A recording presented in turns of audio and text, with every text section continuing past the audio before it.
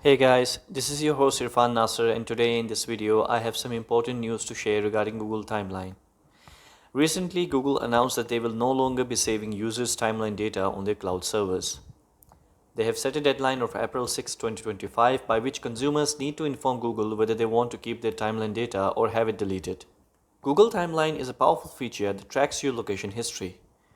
It records where you have been if you have your phone with you, and it allows you to easily review your past visits by showing times and places.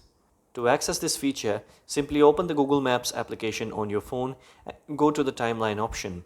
In my opinion, this is a very useful feature, and I wish Google had not decided to remove the data from their cloud servers.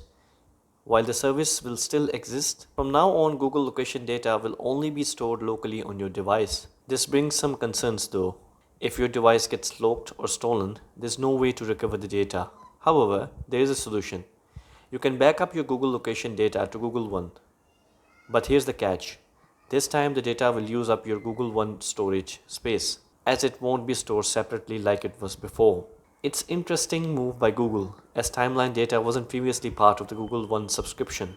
Now, if you want to save it in the cloud, you'll have to use your own Google One storage. That's pretty much it for this video, and if you found this video helpful, make sure to give this video a thumbs up and subscribe to my channel for more content. Peace out.